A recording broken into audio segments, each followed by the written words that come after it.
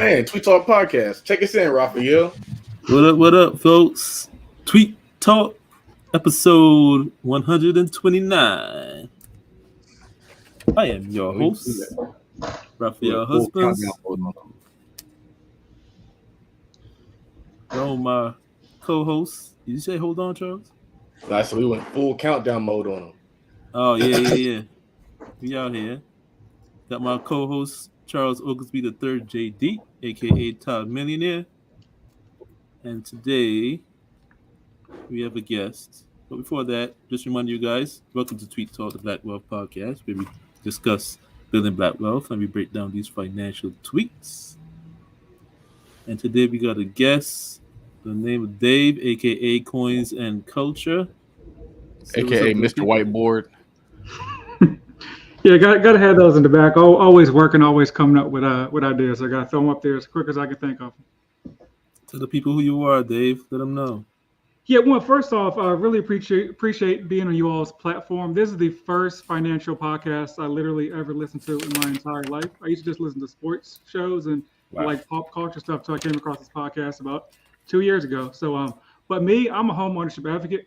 My 9 to 5 is I'm an underwriter. I've been a loan officer as well, and I just try to preach the benefits of home ownership. However, folks want to take them, that's on them. But I put out a lot of content on my IG page, Coins and Culture, and also have a podcast and YouTube channel where I go a little bit more in depth on the benefits of home ownership. But my thing is, I try to preach guidelines and put out facts to folks, and encourage folks to do what I think they should do. But ultimately, the application action is on them to execute.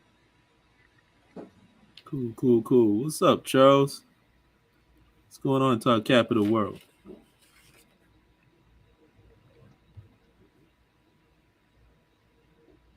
You're mute, Charles. So yeah, we got the tile going on in the house.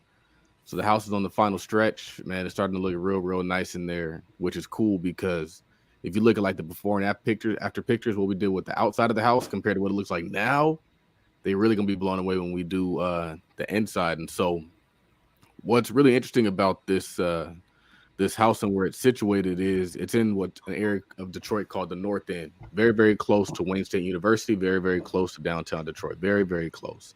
So close that I'll be thinking about trying to keep it myself. It's very close to downtown Detroit. And you can just take the streets to get there. It takes like 5 minutes. But what's interesting is there's a very high-end area of Detroit called Boston Edison. Homes in Boston Edison sell for like 500, 700, maybe even more, but they're huge homes. It's a very established neighborhood. And so I was like, you know what? What's stopping me from just pricing my stuff in terms of Boston Edison? I'm going to just call it Boston Edison adjacent. Like, check out this Boston Edison adjacent home, and I could just push the comps even higher. So, I mean, the comps are gone way higher from when we first were looking at the ARV. When I first bought the property, bought it for $70,000. They were saying the ARV was like $230 because the house next door sold for like $230, $240. And then the house around the corner, like 6 months later, went on sale for like $330. And so I've also seen homes that were like half my size that actually have closed at like $270. So the comps are getting a lot higher, which is really cool to see because I'm essentially getting paid to wait right now.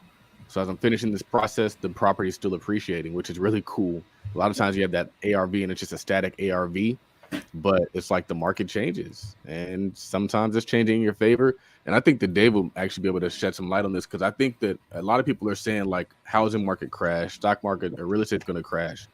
But my theory is that not all markets are created equal. Not all markets were overvalued. So there were some markets that were heavily overvalued. Dallas, Atlanta, Georgia, Southern California, like those markets might see a correction due to like maybe interest rates or just a change in consumer spending. But you still have markets that are still undervalued. So that rule isn't true across the board. Every market is different. And so the numbers are going to look different and the projections are going to look different, which is why when sometimes people get online and start talking about real estate, it be kind of pissing me off because some people will say, oh yeah, I wouldn't buy a house, I'll just rent. You live in Alabama. Maybe that makes sense. But if you live in Southern California and you decide to rent, you're just going to be getting raped.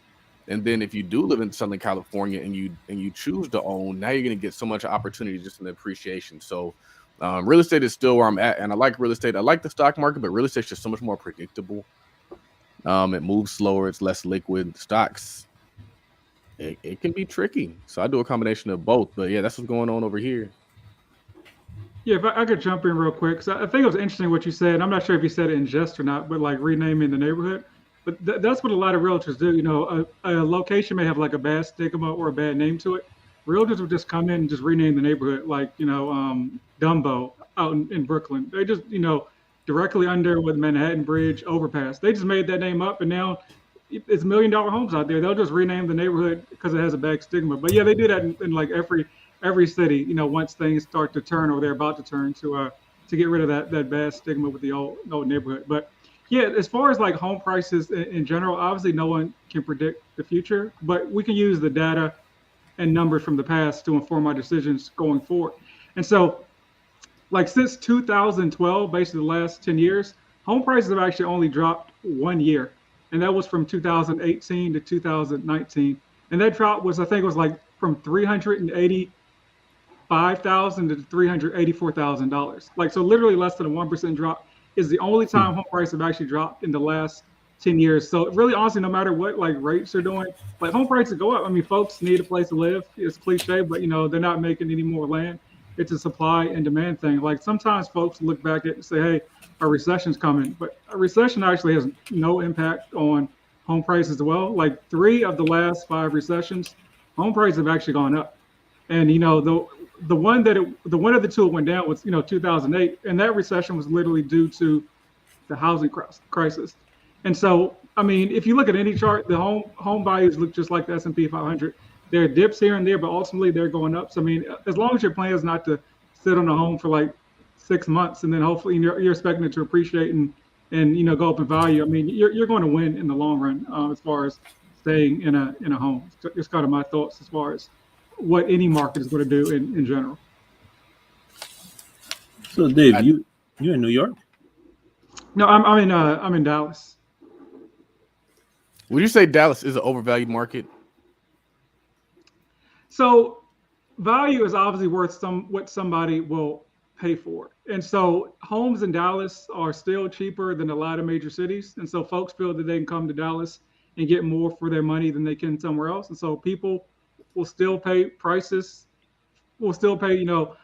exorbitant prices for homes. And so as long as someone's paying for that home, it's technically not overvalued. So I mean, folks will like look at Zillow and be like, "Oh, I saw a home be marked down," and they think like somehow the market is crashing.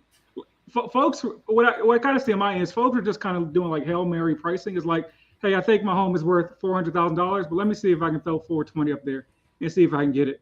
And so overall, I mean, I don't think Dallas is overvalued in my opinion because there's still more folks moving here than there are houses. If just kind of the simple basic economic supply and demand. So the supply is less than demand. So home prices, worst case scenario, will stable out. They'll probably still increase slightly, but obviously nowhere near what was going on the last year or two of like 20-30% increases in certain markets, Dallas included.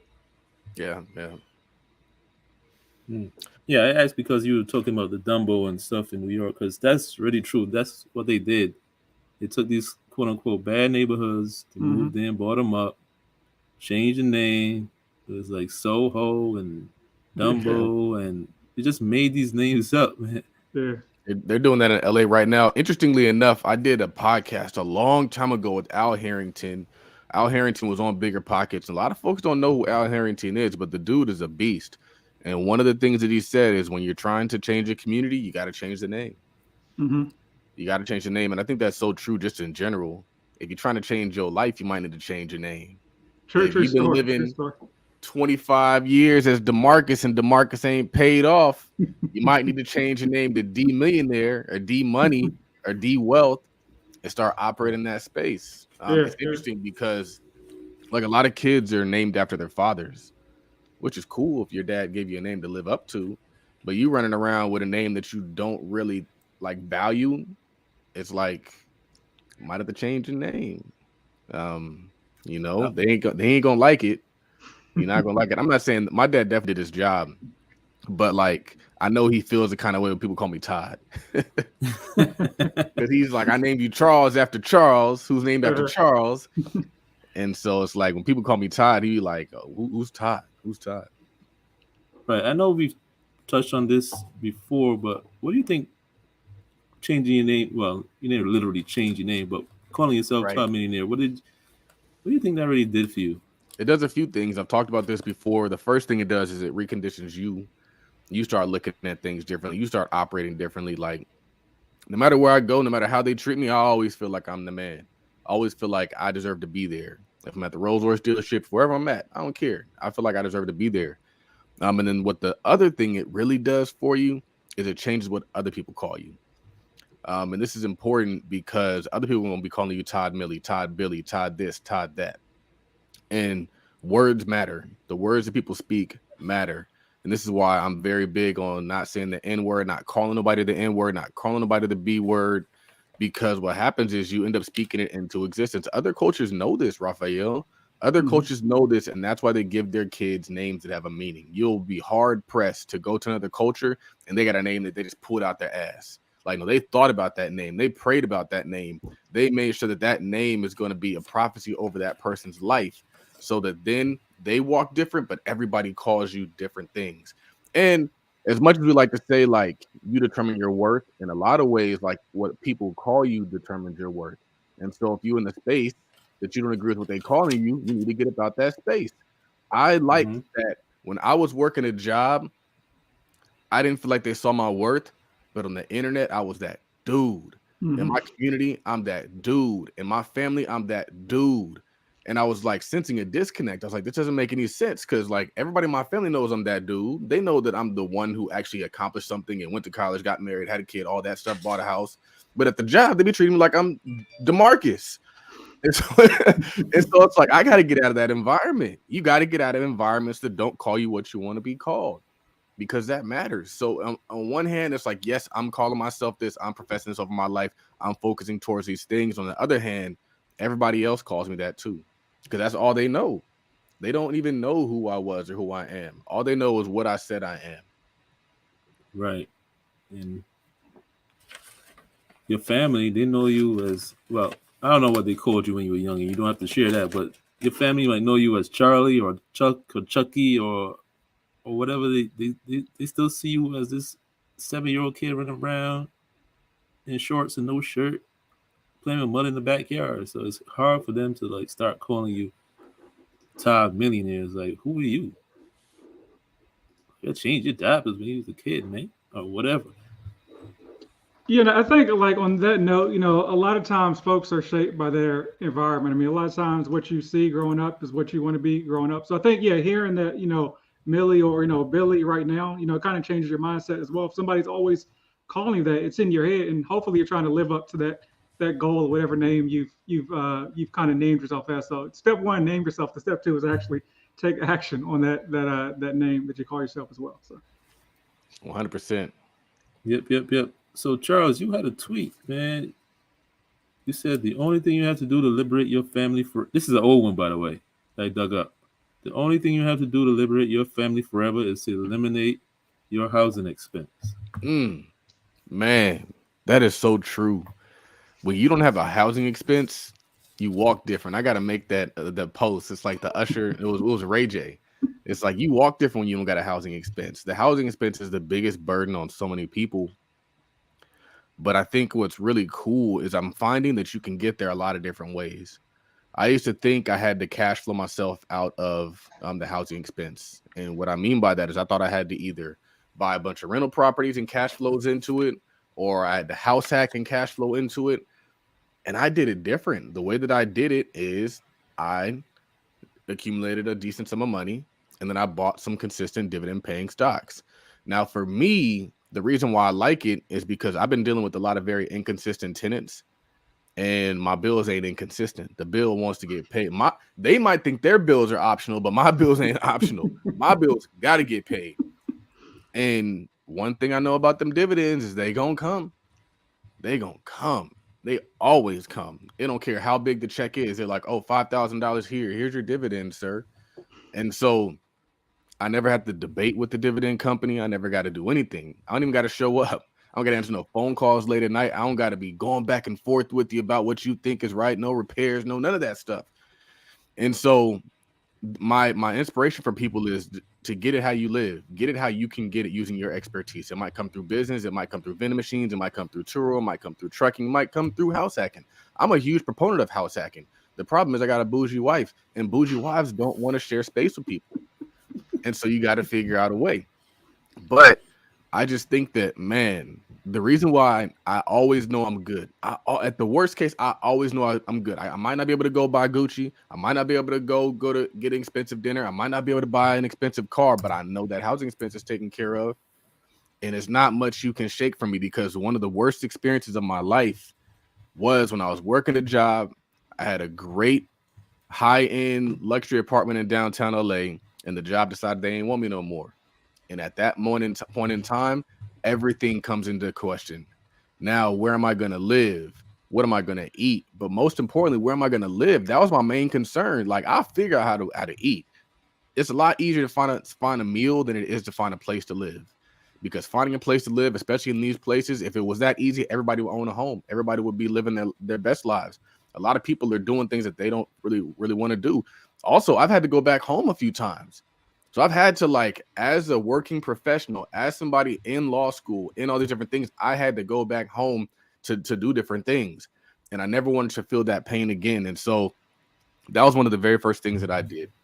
I got the house, I created the income to pay for the house, and now I never have to worry about that ever again. I never got to worry about being homeless. And the great thing about it is, while my dividends are paying my mortgage, the property is still appreciating in value. And so I think that's amazing. And one thing that I'll also say is, like, I never really see a mortgage payment as a loss. It's like an investment. Even if I got to pay interest on that investment, all investments ain't free. Sometimes you got to pay the cost to participate. And for a mortgage, or for a house that's going to appreciate substantially, that mortgage is a mortgage expense.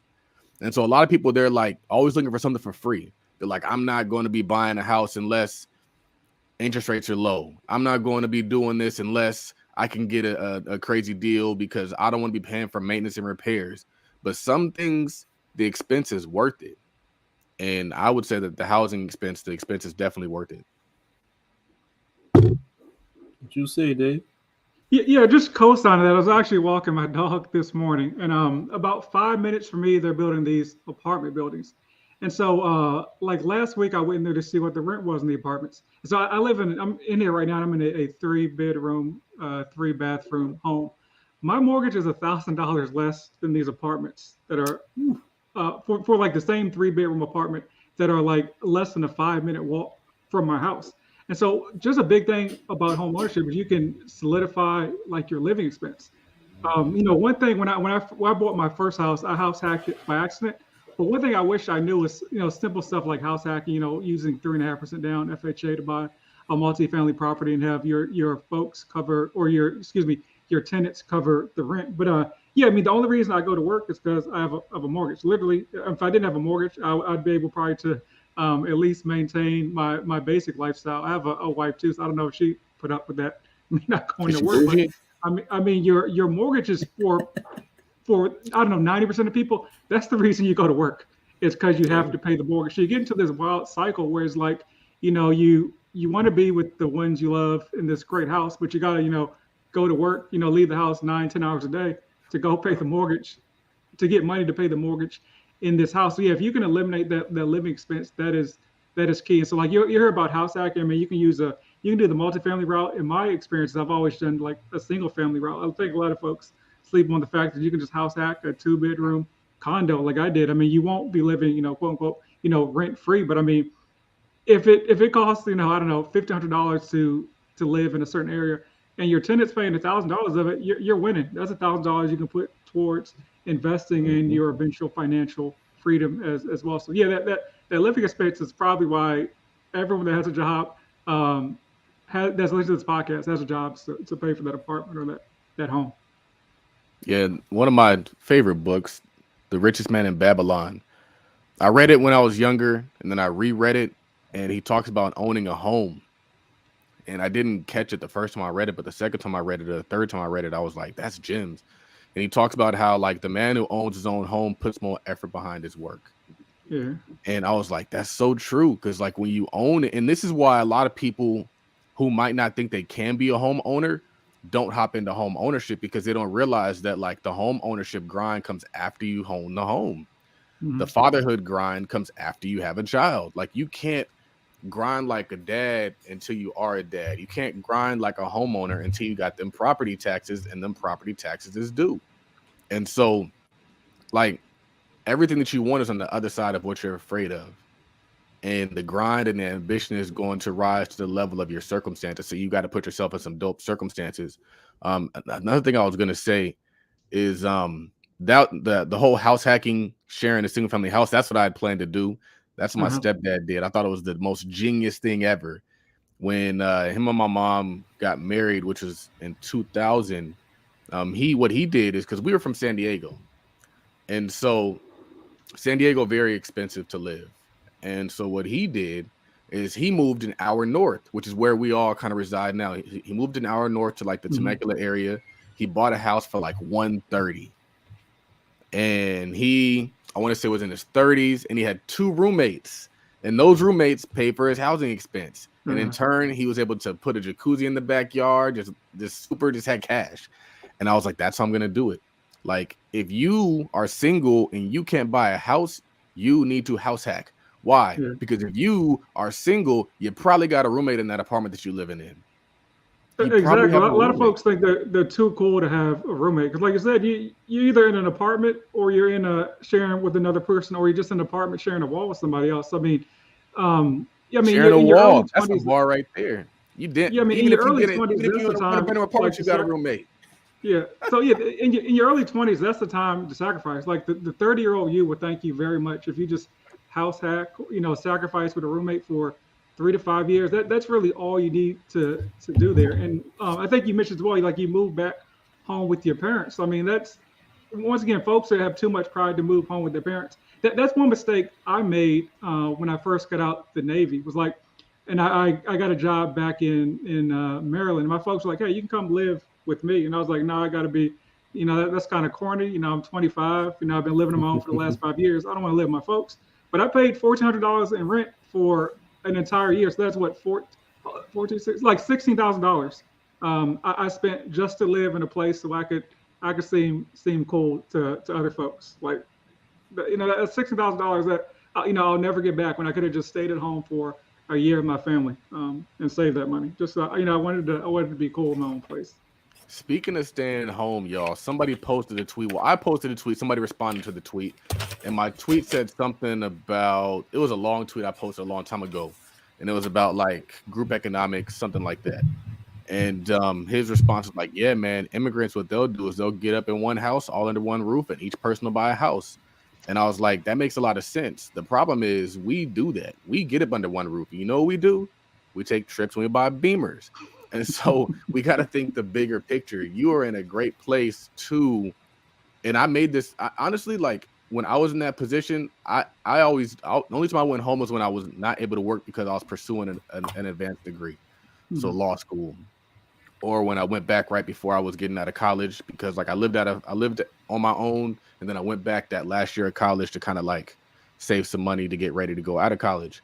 But that living at home is a hack as well. But we got to be intelligent with our opportunities. And a lot of folks out there saying they ain't getting no opportunities, saying folks holding us back, and they get opportunity and they shit on it. A lot of folks got stimulus checks and shit on it, but some smart folks got stimulus checks and they ran it up. So there are no lack of opportunities. There's a lack of opportunists. You need to be an opportunist. You need to be looking to capitalize on what's being given to you, as opposed to just doing it for the gram, man, because the gram is played now. You can't even get no likes on the pics. So what you doing it for now? You taking all the trips and you can't even get no likes or no views. Now you just gotta just buckle down and get it. And there are people that take fake trips and just take the pictures. They'll be in a fake jet or fake background, so they're getting the same amount of likes as you are. And you spent the $2,000 to go somewhere. So they got the same number of likes you did. Yep. Did you see that the Instagram reel with the guy that fake pretended to hop off the helicopter? Yeah. That's the most like the door wasn't even open, fam. It looked like a glitch. So either gonna be the luggage or the bag of the luggage or something like that, and walked off. And everybody's like, "What does that mean?" But I think he went viral. I don't know if that was a good thing or not, but he got seen. Yeah. So Dave, tell the people the name. You said you had a podcast. Tell the people the name of the show. Oh yeah, sorry, I didn't even say that. So the podcast / YouTube channel was House Rich, the Millennial Real Estate Show. So one of the reasons I make it, so like on my Instagram account, I put out a lot of content, but they're short. Like they used to be 30, now I can do like 60-second reels breaking down mortgage topics. But there's only so much you can cover in 60 seconds on IG. So I was like, hey, I want to be able to put out more long form content. So like every week I'll break down like a mortgage topic or an actual guideline. So like the difference with me and a lot of folks that actually have read mortgage guidelines. So I'm able to actually talk about those in depth and not just like high level fluff, which is a lot of stuff you see online. And so like if we're talking about an episode on house hacking, so I'll talk about different loan types. I'll talk about the FHA self-sufficiency test. I'll do like a 10-minute video on house hacking, which is a lot more valuable than like a 30-second post where somebody says, hey, buy a home, live rent free, which seems to be a lot of the content out there. Then also, so I do that one day of the week, and then another day I'll interview like somebody in a real estate adjacent like topic. So like I interview somebody about Airbnb, somebody about maids cleaning homes, somebody about buying land in the metaverse. So something that somebody can maybe pick up like a side hustle from. And so like I said, just trying to put out actual good content to empower people to actually execute. So eliminating excuses from folks that say, hey, I didn't know that, or I didn't know that, or how do I do this? So to do it, just go to my podcast, go to my YouTube channel, and there is the answer for you. We got Brandy in the building. Shout out to Brandy. Yep. Shout out to Terry the Notary. Man, Terry supports everything that we drop on this channel. Even if he doesn't catch it live, he always catches it in comments. So we appreciate you, brother. Also saw Sam in here from Black Real Estate Dialogue and Chris from the Mastermind. And also shout out to the Mastermind. You guys show up every morning, bringing that good energy, setting the tone. So I'm seeing some really, really cool things from everybody who's participating in the Mastermind. So, yeah, what you got for him, Raphael? Shout out to Sam from Black Real Estate Dialogue. Congrats on the marriage again. You gonna hit me up like you've been telling him congrats on that marriage for like years. But anyway, that just remind you guys to follow us on Twitter, man. Follow myself, Raphael at Work Money Life on Twitter. Follow Charles at Real Todd Billion on Twitter, and follow Dave on Twitter at Coins and Culture. That's coins, the letter N, and culture. Coins and Culture. So Dave, you had a tweet, like just following along with the previous tweet we're talking about. You say you cannot be pro generational wealth and also pro my children need to leave home at whatever age. Rent and mortgage is most people's largest expense. Why would you have them pay that to a stranger? Yeah, so like I said, I don't get the pro. It's like generational wealth is just like a catchphrase folks throw out there just to seem cool and to get likes, but like your actions don't say you're pro generational wealth. Like if you're saying that, hey, at 18, like or whatever arbitrary age folks seem to pick is like my son needs to get out the house at 18 or 21. Like what is that doing for anybody? And like what happens at 18 that's not true at 19 years old and 364 days? Like what is the difference between those two things? And so a lot of times folks will say, well, they need to earn their keep or they need to do this or that. Well, have your son or daughter pay you rent and put that money invested. And at the end of 12 months, now they have a down payment for a home. And so, like, I'm not saying have your kids sit there, live from 18 to 30 or whatever and just do nothing. But, like, there are different ways to get around it. But, like, keep that money in the family if possible. Like I said, have your children just give the money to you and you invest or do something. But the whole concept of, hey, I struggled when I was 18. I had to hit the road at 18. Now my son needs to do it. What sense does that make? Because you may be struggling now because your parents did that to you. They still struggling. Yeah, that's what I'm. You started out struggling. You didn't get out the struggle. You still struggling. Yeah, at your big age. And so, like, say, we just get into this cycle where it's like, hey, you couldn't build wealth. Now your kid couldn't build wealth, but they were literally with you the day before, and so somehow you were making it work the day before. But now they got to go hit the road and figure things out on their own. It just doesn't really make any sense to me. Like I never understood. Like I never understood that. Hey, it's 18. No, here goes your birthday cake. Hit the road, or 21. I just never connect the dots with me. It just doesn't make any sense as far as the reasoning behind that.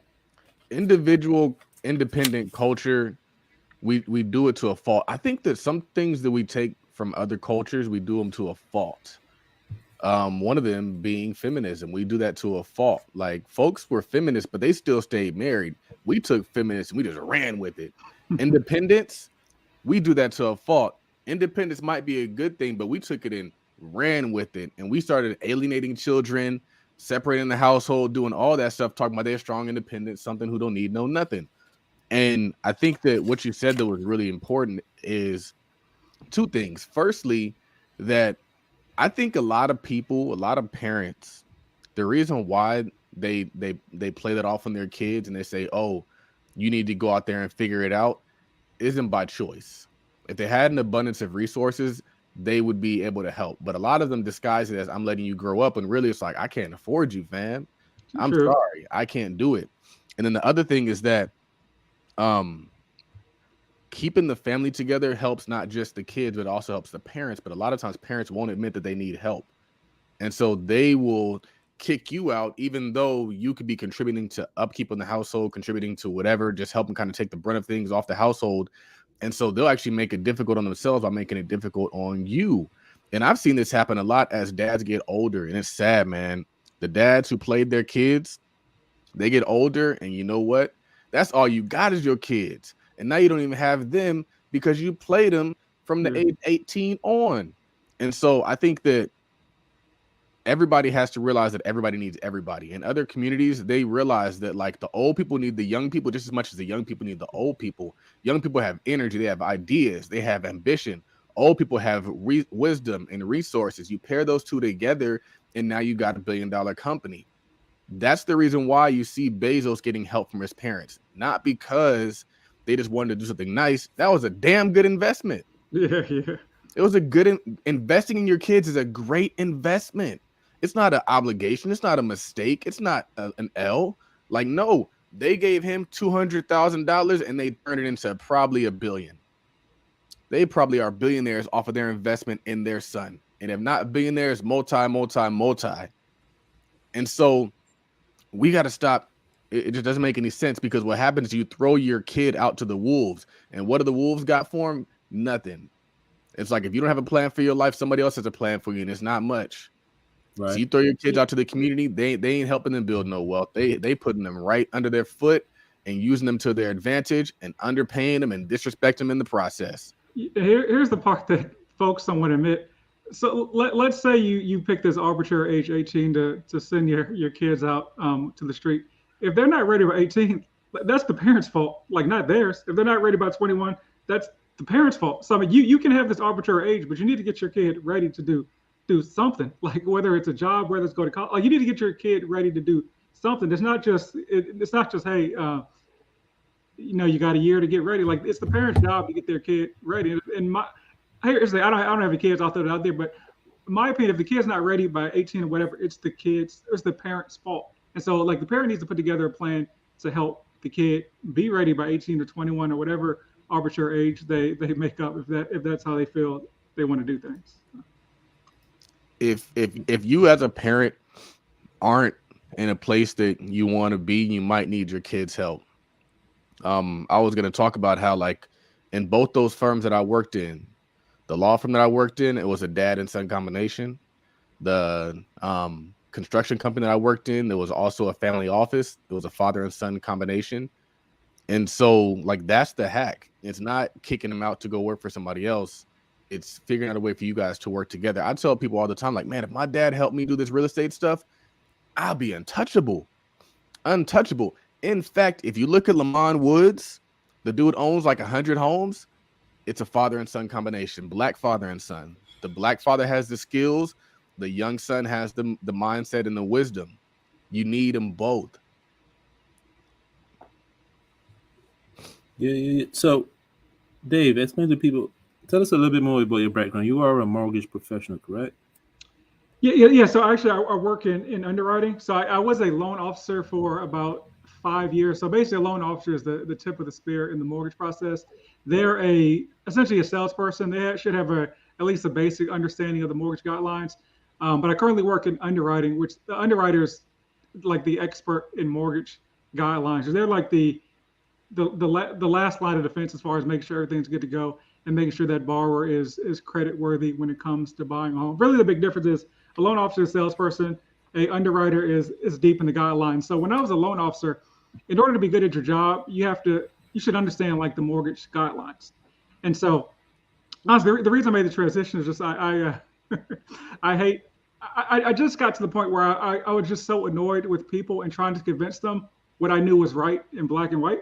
It's like you're arguing with me about something that is literally in the mortgage guidelines, and you're arguing with me about something that you heard your friend who works at Target tell you. And I'm reading the mortgage guidelines. You're trying to tell me like what's right. And so I got an opportunity to work from home as a mortgage underwriter, and I kind of transitioned to there. But yeah, I consider myself an expert when it comes to understanding the ins and outs of the mortgage guidelines, which kind of helps me with my social platforms and a lot of the stuff that I do now. How were you able to get that interview with Jay-Z, man? With Jay-Z? Oh, okay. I'm just kidding. Oh, so he's talking. So I found this. It's funny. So I found this clip online where Cameron is talking about Jay-Z used to live in a duplex, and so I turned that in. I turned that into like this interview where I talked about Jay-Z was house hacking, which I thought was pretty obviously a tongue-in-cheek thing because I'm holding like a spatula in my hand when I'm doing the interview. But the wild thing about that is so many people DM me talking about you're wrong. Jay-Z wasn't house hacking, blah blah blah, and I'm just like, you're right, dude. Like it's just like come on now, y'all can't tell that I'm joking about that content. But I think it was cool just to kind of turn that interview into just content where folks ask about what is house hacking and what is this and that. Like that's how I try to do my content. I turn what I think is a boring topic, which is mortgage guidelines, which is why a lot of people don't know about them or read about them. And I try to put a little bit of flavor or season on them so that I can draw folks in and actually educate them on the home buying process, because that's the cornerstone of generational wealth there. Yeah, man. Yeah, I remember that post you had. That was cool. That was funny. You do a lot of funny stuff that's also informational. We do have a question from Brandy though, and I think it's relevant.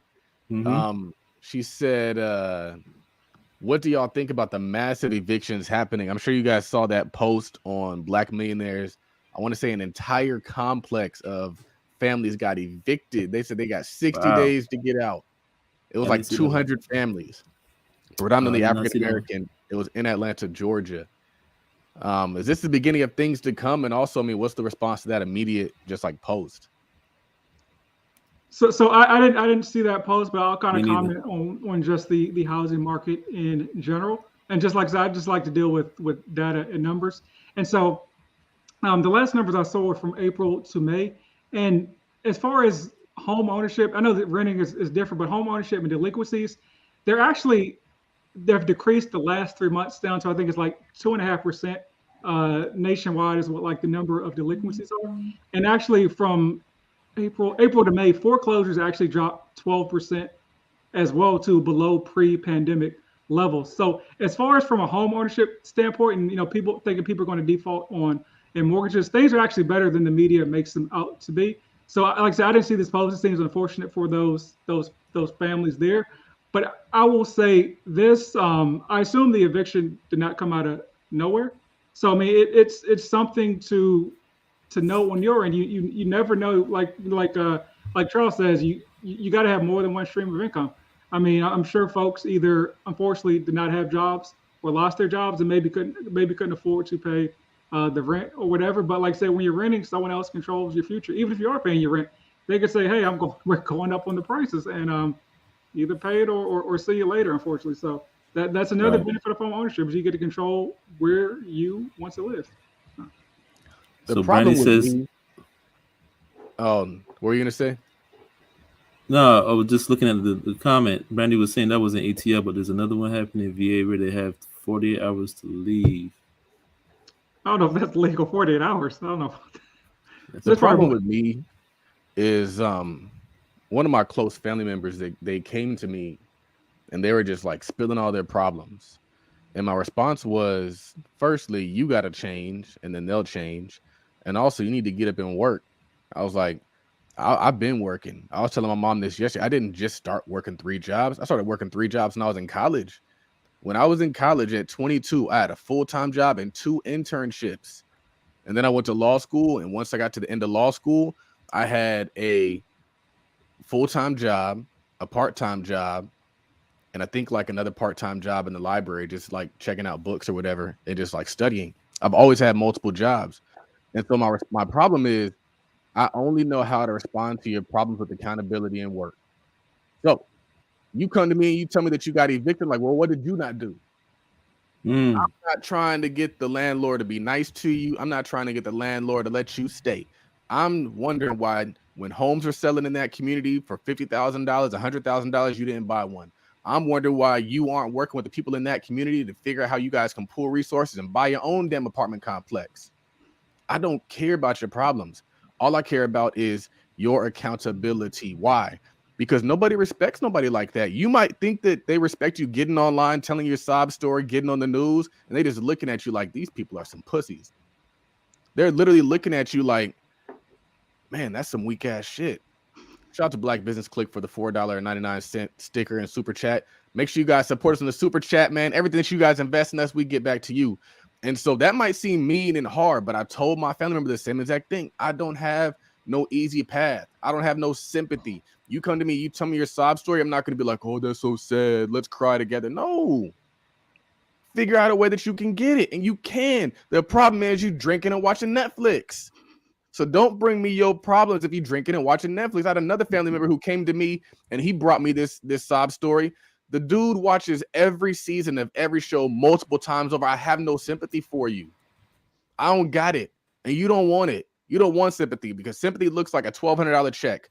Sympathy looks like somebody cutting out $10,000 with your student loans. You got $100,000 with the student loans. I'd rather you build a business, make $1 million, and pay off that $100,000 easy. I don't got it for you, and you don't want it.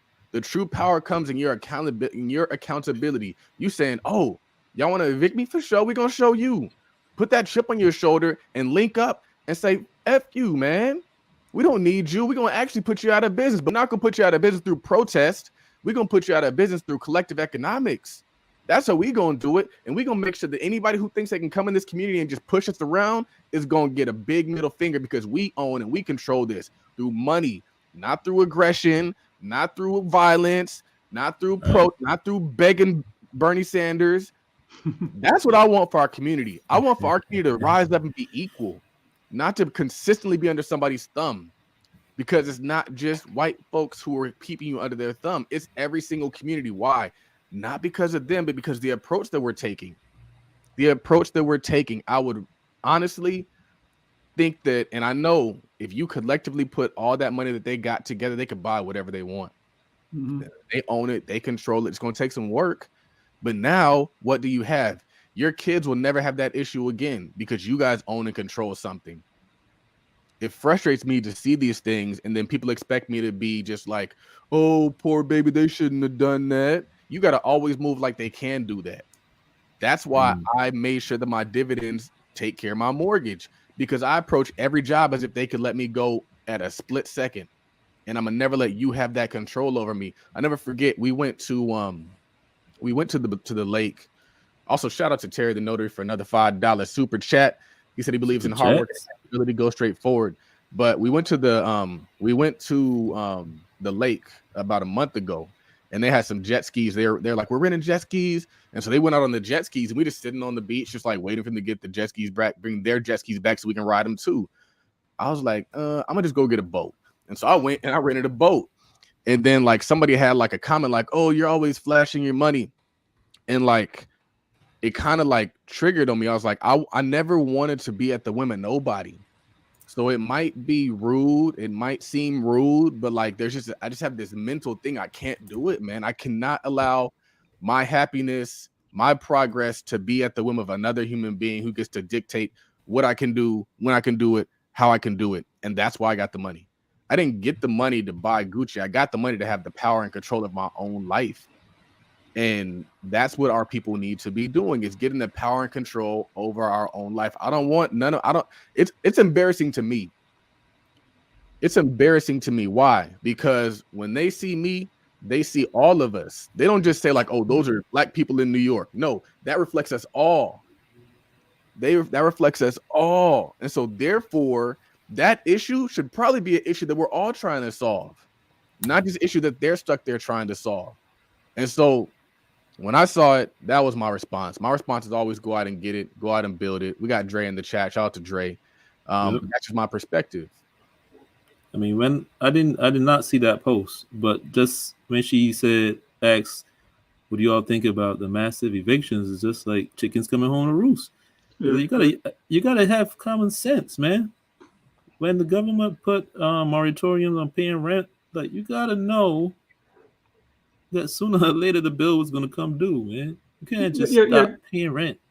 Yeah, true story. Like folks, like and the other side of the coin is some folks just didn't pay rent for like a year or 2 years, and the landlords had to foot that bill, which is the other side of the coin, the people that own property. And so, to me, I don't know. Like I said, just in general, like if you didn't pay rent for like a year or so, like you should have done something with that money. So when it comes time to pay the piper, you can either pay them or hopefully you invest it or do something. But like I say, it's an unfortunate situation, but I don't think it came out of nowhere. But I also haven't read the article either, so that's just my thoughts. Just bizarre stuff, man. I just want better for my people, man. I want better for my people, and I don't. And that's the thing is, like, I'll say things like that, and people will think I don't care. And it's like, why is me wanting power and control for you, like, not nice, as opposed to me just like saying, "Oh, poor baby." The same thing happened with this is we were talking about this in the last episode. Like, some of us see problems as a reason to wallow, and some of us see problems as a reason to just boss up. I'm the boss up type. We running through a recession, I'm a boss up. We run through COVID, I'm a boss up. The only response is to boss up. The response is never to hide in the house. I'm not hiding in no house. I'm not hiding from no COVID. I'm not hiding from nothing. I'm not hiding from the recession. F the recession. I'm going to kick it in his face. I'm going to make more money in a recession than I'm going to make in a regular situation. And if we don't get a recession, I'm going to still make money. Because I'm not going to stop. Worst case scenario, I'm going to have to grind and work 3 jobs. But before I do that, I'm gonna do everything that I can in my power before I hand over my power to somebody else. And Charles, you had a tweet because people have been talking. I've been hearing, especially through Erica Williams' show, like people have been talking about waiting on a recession, and you had a tweet where you said recession isn't a buying opportunity if the lenders stop lending. Find a way to make money now. It's just funny because I remember when we had like 2008, 2009, people always refer to that when they're talking about recessions and opportunities and the come up. But a lot of folks couldn't buy homes because lenders wasn't lending, or because they had a BK on their record, and so they had to wait 3 years in order for it to get off so they could qualify for a loan. And so I feel like it seems like there's always a reason for them to tell you to do nothing. And when it was COVID, not a lot of people had the response that I had. Not a lot of people. I was very unpopular for my stance.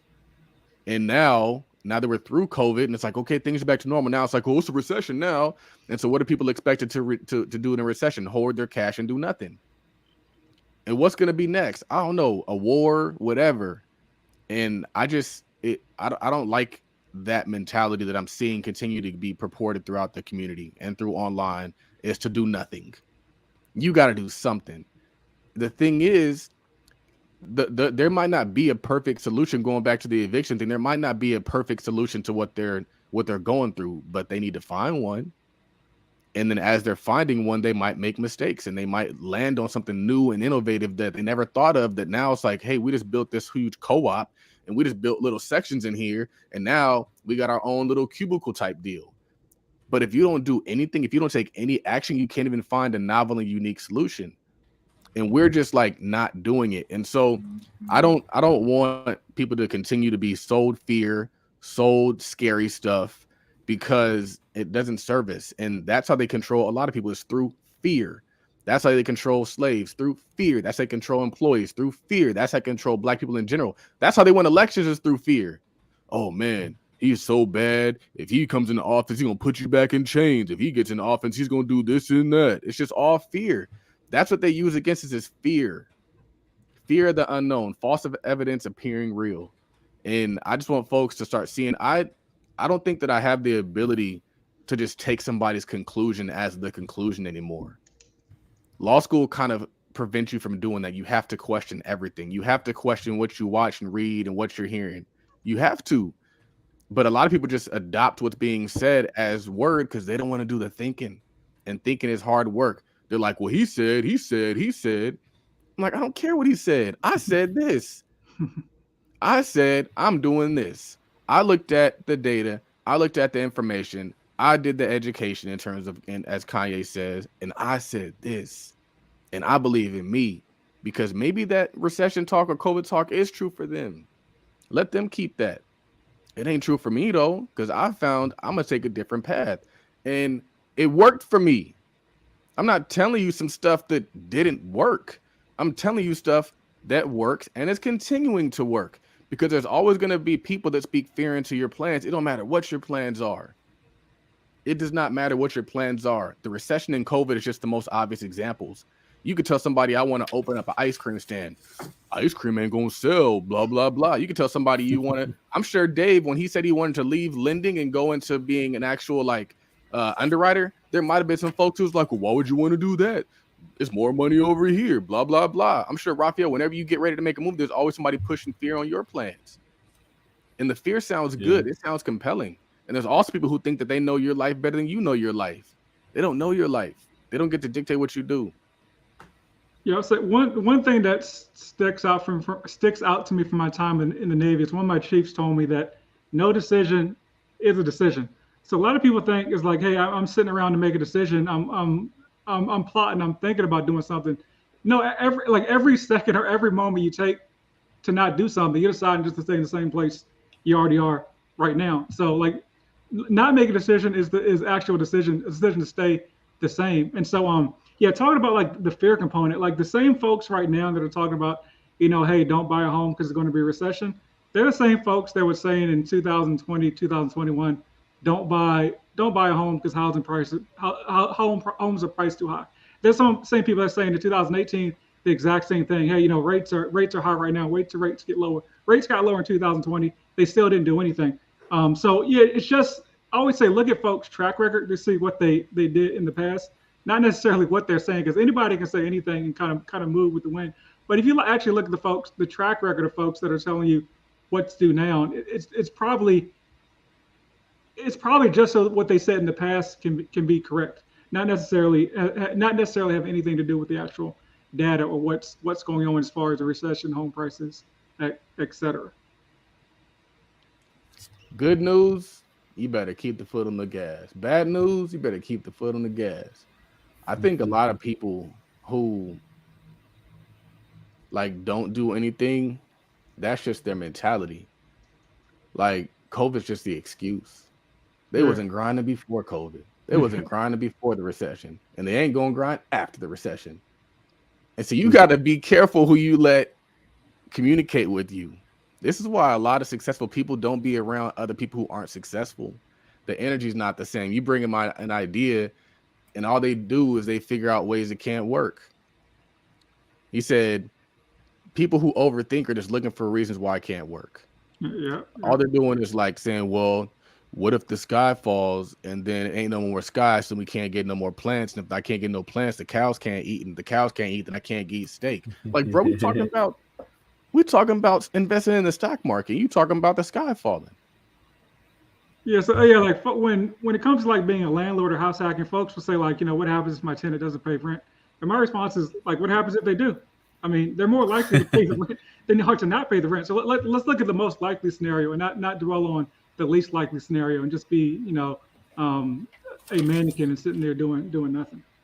Like a mannequin.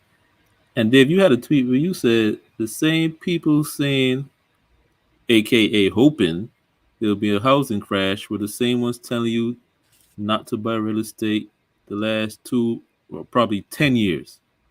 It's always they're more invested in being right than the actual data. Yeah. So that's just what I was talking about. Like I said, folks that are saying the housing market is going to crash, or like I said, the same folks that were saying don't buy a home in 2020. they're the same folks that have been saying don't do this, this or that. Probably as far as you go back on social media and see what they were posting, and I mean those are folks that haven't taken any action. And so, like, another, like, in the same crowd are the folks that say, "Hey, don't buy a home, rent cheaply." And my response to that is always, "Well, you can just buy a home cheaply as well.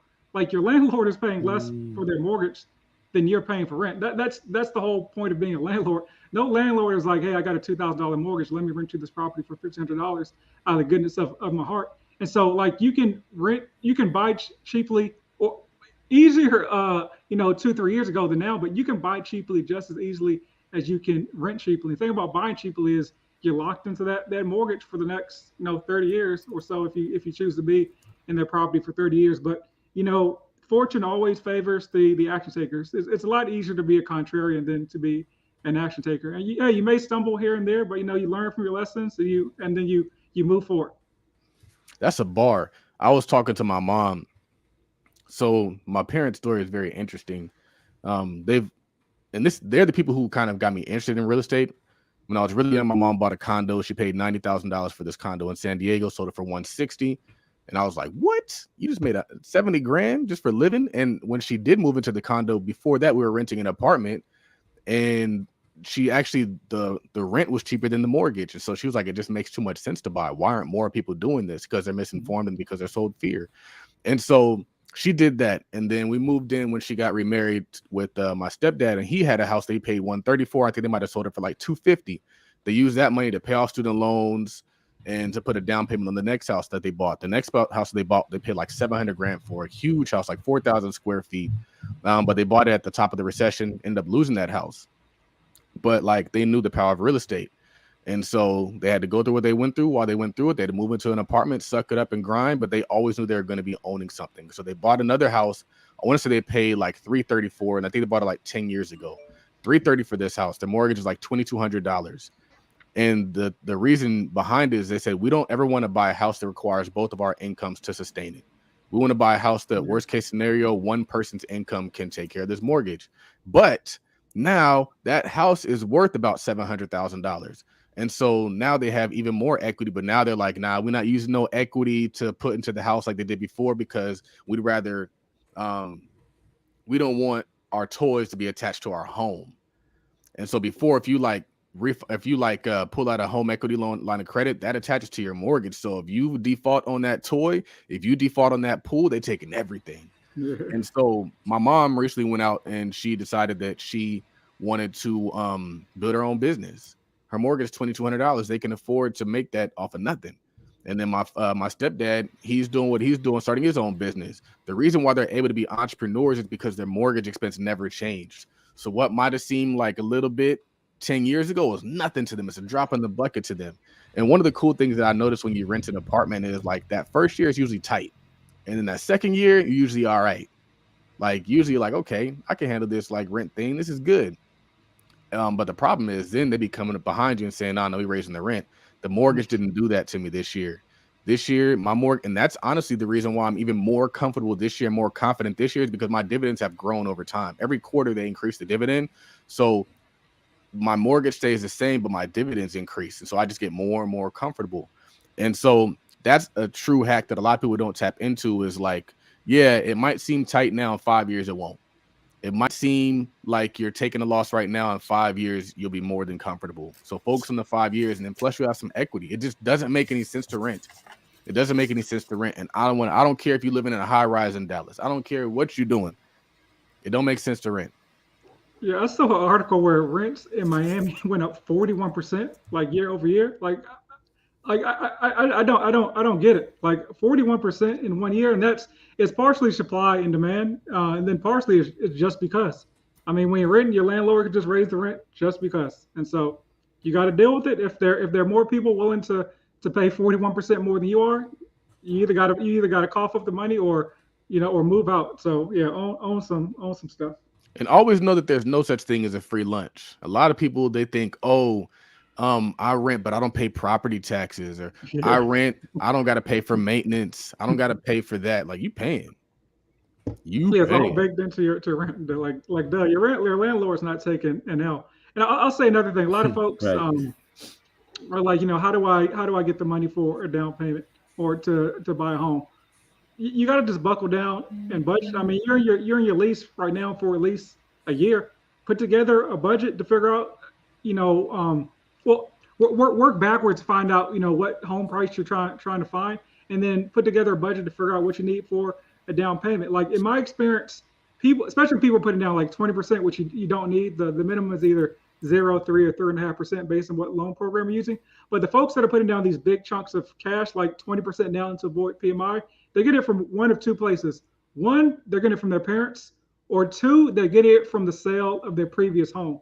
And so the trick is you got to get a previous home. That's so, a gem. use the loan programs. If you're fortunate enough to be a veteran, VA is 0% down, USDA is 0% down. NACA, it's a little rough sometimes, but it's worth it, 0% down.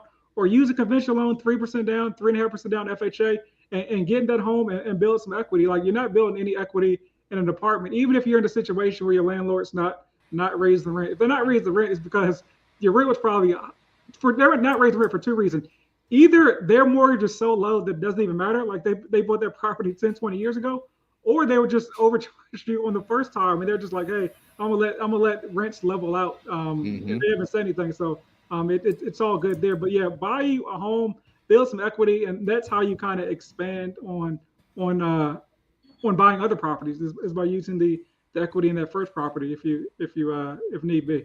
Big gem. First off, shout out to Black Business Click on getting another super chat. He said his 4-year-old is sitting here with him soaking up the game. Shout out to Lil G and you, Phyllis. I think that's so cool. It's really cool when we're like on the mastermind call, and then like I see somebody post a picture, and then my son is just sitting there. I'm like, man, he's getting the game so young. Like this is dope. Like all he's gonna know is business and entrepreneurship. But also what I was gonna say is like that is a gem. One of the reasons my parents were able to buy that $700,000 home and put the down payment on that home was because they had a previous home. So a lot of people who are sitting there and they can't buy a house, it's because they're trying to buy their dream house. They're like, man, if I could just buy my dream house, I'll be good. Well, buy the house you can afford now. Yeah. It's not going to be comfortable. It's not going to be easy. But you know what's not comfortable or easy is renting and working multiple jobs and doing all that stuff. So like the name of the game is get uncomfortable. You got to intentionally get uncomfortable. I know there's so much power in being uncomfortable that I intentionally put myself in uncomfortable situations because I know it's going to push me to grow. I know it's going to inspire that spark that's going to really help me get to the next level. So that is a gem, y'all. Not too many people are talking about just buying that starter home, buying that condo, buying that little small duplex, that Fort, whatever. Buy what you can afford now, and then you can pivot and cash out on that. But my favorite way to get the money for a down payment is provide a service to the world. Take whatever skill set that you're doing on your job and turn it into a business. Yes. That is a great way. I was sitting there and I was talking to my friends. We went to Camarillo. Camarillo is like a very expensive area. It's right near the beach. Very expensive. They're saying they're renting like $4,000 a month right now. And so I was talking to one of the dudes, and he was saying like, yeah, these homes are so expensive. They're starting at like $800,000, almost even $1 million. He's like, but I'm just trying to figure out how people are getting the down payment. And so I'm over here like, okay, 3% down on $800,000 is like $24K, right? Yeah, it's like 24. Yeah. And so I was like, okay, like that's cool. He's like, yeah, I mean, we both work, we make good money, but we're just barely getting by. And my friend was sitting there. He's like, well, Charles started a business. That's how he did it. And I was like, that's how you do it. But you know what his response was? I don't know if I want to start a business. We giving you the answers, fam. Yeah. The problem is you don't want to do it. So don't tell me about what you can't do. Tell me about what you aren't willing to do. And then just be honest, man. Like, I don't want to do all that. All right, we'll enjoy the projects. Yeah. I haven't heard you say that in a while, Charles. Yeah, that is true, though. Like, I mean, it's your life and your decision. If you don't want to do that, then you don't want to do that, and say that. And it'll make a difference to people instead of pretending that you're willing and then just frustrating people that are giving you advice. Yeah, here's the other thing that folks don't realize. And so let's talk about Cali. Like real estate is expensive out there. But you know that $800,000 house that you're looking at right now, somebody bought that home for $600,000 5-10 years ago. And they were looking at the home thinking like, hey, man, this is expensive. And 10 years before that, somebody bought that home for $300,000. And they were sitting looking at the home saying, man, this is expensive. like property will appreciate. Like as long as you, like I said, I'll keep saying this. As long as your plan is not just to be like, hey, I want to buy this home, sit in it for 6 months, and move to another one. That doesn't work. But if you're going to be in that home for like, which you are statistically for 5 to 8 years, the home is going to appreciate. Like that's just what the numbers say. Like you can go to all the doomsday scenarios you want to, and the one-off scenario where there was a neighborhood where the homes went down. But statistically, homes will always appreciate. That's just it's what it is. Folks are always going to need somewhere to lay their head. That's been since the beginning. Since there was man, folks needed a place to sleep. Whether it was a cave, now in their homes and condos, folks need a place to sleep. That just is what it is. Yeah. That's another thing is you have to let people know that you're presenting an opportunity to them, and maybe you can get some family and friends to help you get that down payment. And my theory is if you have family and friends help you fund your down payment and that property appreciates in value, then in about a year, 2 years, however long it takes for you to grow, you can just refinance out their equity. So what would happen is, let's say you buy $100,000 or $500,000 house, 3.5% down is $15K. And then what you do is you let's say that property appreciates from $500,000 to, I don't know, $50,000. You should still be able to refinance out that because now you have at least 10% in equity. And so when you refinance it back at $500,000, now the house is worth $550,000. And so a bank should be able to provide that, right? And so now you take that excess. If they gave you $15K, that means you should have been in that loan for like $485 approximately. You just give them their money back that way. Ideally, you do it with interest. So I think that you got to be intelligent and creative when you want to approach this stuff. And that's just an idea that I had because I was like, somebody came to me and they wanted me to help them buy a house, but they didn't actually want me to help them buy a house. What they wanted me to do was pay off their bad debt so they can go off and buy a house. And I was like, they thought that it was the same thing. Yeah. I was like, that's not the same thing. I want my money secured in that property. I don't just want to give you a check. Because worst case scenario, we can go and we can get that money out of that property. If I give you a blank check, you may or may not pay me back. I've given loans to people who have ghosted me. Once you give them that cash, it's gone. And so I don't want to do that anymore. But like they didn't understand that process. Yeah, to go even deeper there, we talk about debt and credit. And so like in that scenario, you paying off somebody's bills, like that doesn't help fix the root cause of why they have the bills in the first place. That too. And so like what did that accomplish? It reset their actual debt, but it didn't reset or change the habits that got them the bad debt in the first place. And that's this is a whole other conversation, but that's a lot of things where folks are getting credit repair and folks doing all this stuff to wipe clean their reports, sometimes legal, sometimes not. That's all good and dandy, but like, did you actually fix the bad traits that got you the bad credit in the first place? Because that matters a lot more than your score does, or maybe equally as much as your score does, because you can't get a home with certain scores. But when it comes to credit repair, make sure you're fixing the habits. As also, make sure you're fixing the habits as well when you're fixing like your credit profile and stuff like that. That's more important in my opinion. Very important. So Cherie in the chat said you could side hustle your way to a down payment. And Charles, I found an old tweet of yours from 2020 where you said, when I started knocking out my housing expense with side hustle money instead of working income, I was magically able to start stacking all the checks from the day job. Who said that? You did. 2020 I said from that? 2020 from 2020. Damn, that's a throwback. One of the things I was gonna say is, so we were on the house hunt multiple times, and the first time we went on the house hunt and we had the money for the down payment, which is about $15K. I got that with options trading. I didn't get that from the job. And so I think it's important to realize these jobs don't want you to own shit. Why? Because they don't want you to have $250,000 in equity. Why? Because you walk different when you got equity. You walk different when you got no housing expense. You don't put up with no nonsense. And they need you to put up with nonsense to keep you on the job. The folks who don't gotta work ain't letting you talk to them. However, they need people as small as possible. That is the reason why your job doesn't allow you to get a down payment. It's by design. It's not a mistake. I was watching this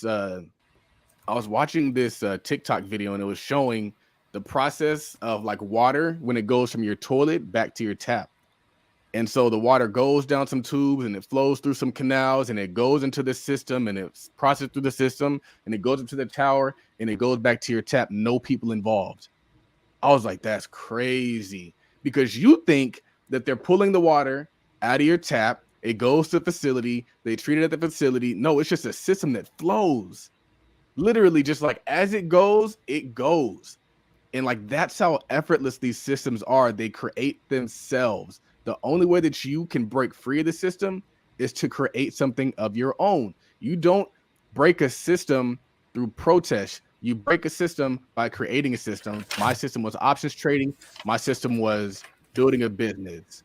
But if you don't have a system for yourself, the only system that you can rely on is a system that they're giving you, and you're going to perpetually be in a state of, I don't know what I'm going to do. They're paying you just enough to survive. I'll never forget, I saw something. It was like, I want to say how they determine your wages. And so how they determine your wages is they look at how much it costs to rent out there. They look at how much it costs to buy a car. They look at how much it should be costing you to feed you, and that's what they pay you. Yeah. It's like a survival number. And so Jeremy Johnson comes on these podcasts all the time, and he says, like, man, when we were slaves, we got free food, we got free housing, we got free clothes. Now we get paid, but all our money goes to housing, food, and clothes. It's by design. I had to create a side hustle because I was like, this ain't the life for me. I'm Todd Millie. Todd Millie got to live. And so if I just call myself an N-word, I'll be over there like, oh, man, this is all we got for us N-words, man. This is all they're going to do for us N-words. We black folks. We ain't ever going to have nothing. I was like, I'm Todd Millie. I got to get it. And so what I would say is that, like, the side hustles, the money that you get outside of their system, I never forget, like, not forget, but like yesterday, I'm out there fishing, course sales going off. And then I was like, you know what? It's 5 o'clock. I'm going to go home and I'm going to fire up some stuff and do some work. And I was like, it's cool. Like, people think I don't work, but it's like, I used to only be able to make money if I went to their place at their time. Now I can make money anywhere. And that's empowering. And it's kind of like blows my mind sometimes. But like, that's what happens when you create your own system. You get to dictate the terms. You get to determine the flow. I set my automations up. I set my emails up. I create my posts. I got somebody who does that. I got a system that operates without me. You got to create that water flow system for your life. And if you don't, I don't know, you're just going to be having a toilet full of turds. You got to flip it, man. Enjoy the projects. But you're right about that, about what they can figure out what to pay you, because I never did that math. But like if you work like in San Francisco, and like during COVID there were a lot of like remote opportunities, and people move and they change their salary. Like you're doing the exact same work. Like why does it matter if you live in San Francisco or Des Moines, Iowa? Like why are you getting paid less to do the exact same job? So yeah, that is a good point. They pay you just based on what it takes to live there. Yeah, I never did that math, but yeah, that makes a lot of sense. And that's why they got it. And you know what's interesting is a lot of the people also who get down payments and they get it from their parents are pulling it from their equity. Mm-hmm. And so like that's one of the things that I was telling, like we were talking about one day on the couch. I was like, Nolan, good. We got the down payment for Nolan. And it's gonna come out of that equity. We're just gonna put it from one property into the next. His property appreciates and we booming. And so the only reason why I share this is I don't dislike somebody for creating a system that benefits them. I like us for playing into a system that benefits them and expecting any different. Like we're literally like just showing up to their system and then complain like, I can't save for a down payment, man. What we gonna do?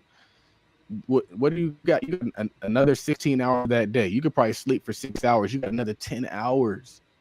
You could work harder for yourself than you could working for them, but you're not going to get it in their system. And I spotted that a long time ago, and I think it might have been Rich Dad Poor Dad that ruined it for me.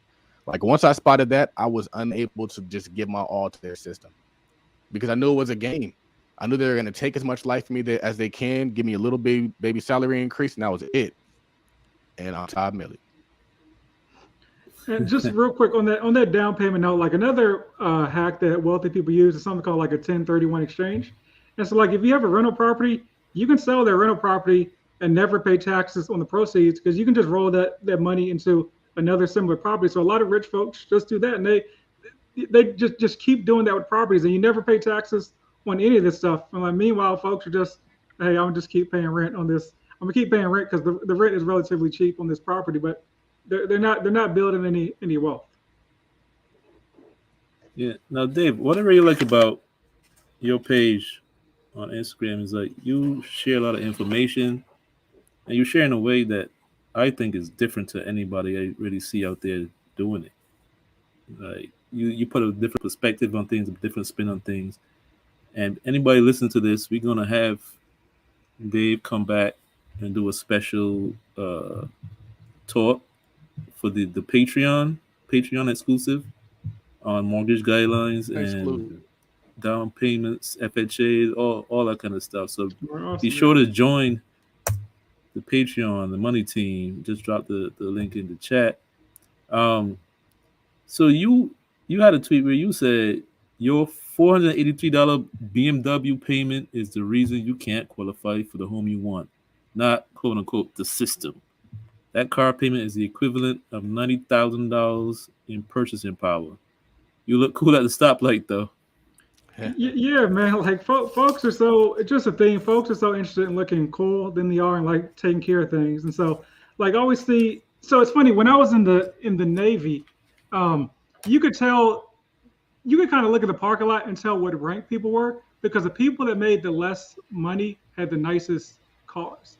It was just amazing. Like you would see like these Benzes and Mercedes and BMWs, and you knew the people lived on the ship because they had such an expensive car payment they couldn't afford to actually buy a home. And so Wow. like when you're buying a home, there's literally just three things that a lender looks at. They're all within your control. One is your credit. So we can talk about like systematic issues with credit scores, blah blah blah. But 65% of your credit score is paying your bills on time, which is 35%, and your credit utilization, which is 30%. That's 65% of your credit score. Though that's 100% within your control. The other factors are like length of credit history, credit mix, and new credit. But your credit score is 100% within your control. The next thing is your debt to income ratio. So your debt to income ratio is basically your monthly finance debts, which includes like a ridiculous car payment if you have one, plus your future mortgage payment divided by your income before taxes. Once again, all three of those items like you control. And so that 430 that 483 that's actually an old tweet I reposted so folks say, hey, a car payment is a lot more today than $400.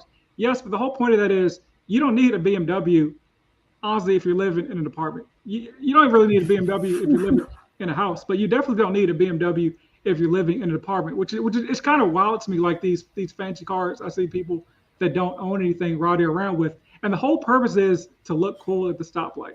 That's the only reason you have such a nice car that you really can't afford. And then like the third component of buying a home is just do you have funds available for the down payment? And once again, it's hard to save for that down payment if you're spending $500, $600, $700 on a car. Once again, just to look cool in the parking lot, in your apartment parking lot at the stoplight.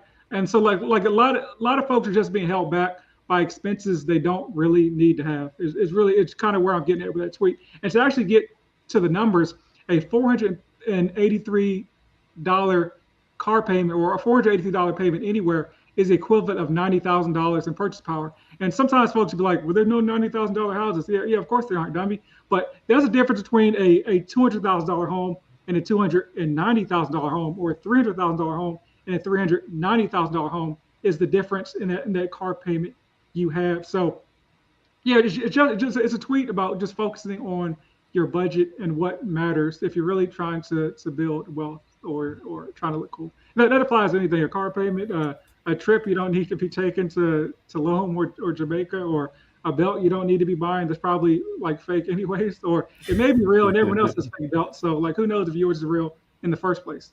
And so yeah, just to me it's focused on your priorities. It's kind of the message amongst that tweet. I heard somebody on social media stated that like when lenders see that you have like a new car, they're less likely to approve you because they think that your priorities are out of order. And if like worst comes to worst, you're going to take care of that car before you take care of the house. And so from my perspective, so I'll tell you how that process works when it comes to like looking at debts like that. So first and foremost, your profile is run through an algorithm, and so no one really knows how that algorithm works as far as what they're looking at. but recent debts have a bigger impact than old debts. And so, like when you're looking at your credit score, like I said, 15% of that is like length of credit history. So your FICO score is 850 points, 300 points of those are free. So there's 550 points that one is able to manipulate for their credit score. And so 15% of that 550 points is 82.5 points, which is your length of credit history. And so when you get a new car or whatever, it shortens your length of credit history. So like if you have like a credit card that's 5 years old, and then you get a new car that's 1 month old, now like your length of credit, this is not the exact math, but your length of credit history has now gone down to 2.5 years, which therefore reduces the amount of points that go towards your credit history and your credit score. And so that's how it kind of works from a high level perspective, but most of it is kind of done through like an algorithm when it comes to evaluating your credit profile. And so having that new car directly impacts the length of credit history when it comes to your credit score. And so sometimes folks will get into situations where there are scenarios where you can't make it through the algorithm or the what's called like automated underwriting, but you're not necessarily denied. And so there's situations where there's like manual underwriting. And so when you're in a situation where there's manual underwriting, that's when a underwriter is actually going tooth and comb through your file, looking at your entire situation. So like in that scenario, if the underwriter's doing like manual underwriting and they see, hey, this person just went out and bought a $700 car payment, and now their debt to income ratio is, and let's say your max debt to income ratio can be, I don't know, 50%. And now because of that car, their debt to income ratio is at like 48%, and they have a bunch of other negative factors, which is why they couldn't make it through the computer algorithm. They may deny your loan because you're in a situation where it's just up to the interpretation of one human saying that I think this person is responsible or not, and it may not be responsible to buy have a $700 car payment if you're only making X amount of money per year. Yeah, and there were definitely a lot of people during the Great Recession that kept the car and let go of the house, man, which is crazy. Yes, that's wild. That is absolutely crazy. I guess they don't care if they live in their car. Well, I saw someone commented on my post once, which I thought was funny and clever. But they did say, hey, you can sleep in a car, but you can't drive a house. So I guess some people look at it from that perspective. So wow. But you guys touched on this before. You kind of touched on this before, but Charles was saying get whatever you can afford right now. What do you guys think? And I'm pretty sure I know the answer, but I just want to hear on record. What do you guys think about somebody getting their first home and they can only get a single family house versus a multifamily? Because some people will tell you it doesn't make any sense to get a single family house, especially if it's your first one. Get a multifamily so your tenants could pay part of the mortgage. Like, what's your thoughts on that? So my thoughts as always is do what's best for your personal scenario. Like a multi-family home isn't better than a single family home. It depends what your goals are. So I mean, you can house hack a single family home, but ultimately it's just whatever works best for your personal scenario. So I mean, there's a situation where maybe you have kids, you have a wife or something, and you don't want to be in a situation where you're in a building where you're like sharing a wall with another person for safety issues or any perceived safety issues. So as always, do what's best for your personal scenario. So like when I talk to prospective home buyers, the first thing I ask them is like, hey, what's your rent? And so if they're like, hey, my rent is $1,000 a month, I'm like, okay, can you afford $1,000 a month mortgage payment? Like, is that payment comfortable for you? And so if they say, no, it's not, I need to go lower. So now what is a comfortable payment for you? Is it $800? Okay, now we need to find out what mortgage payment or what home value will give you the equivalent mortgage payment of an $800,000 home, or maybe they can go higher, maybe they can go up to $1,500 and do the same math. So to me, that's really the first step, whether you're looking at a multifamily or a single family, is figure out what monthly payment is comfortable for you, and to figure out like kind of what lifestyle you want to live. Like there's nothing wrong with getting a single family home, living in it for a year, and then moving out and then renting that property out. I mean, you can do that too. There's a lot of ways to skin the proverbial cat. And that anyone that's telling you to do one thing is just a one-trick pony because they don't know anything. They don't know anything better. So like I said, I personally, my first home was a condo. It was a 2-bedroom. I house hacked that. I had my roommate who honestly didn't even know I lived. He didn't know I owned the property, but that's a whole different story. My mortgage was like $1,350, and they were paying $900 a month of rent.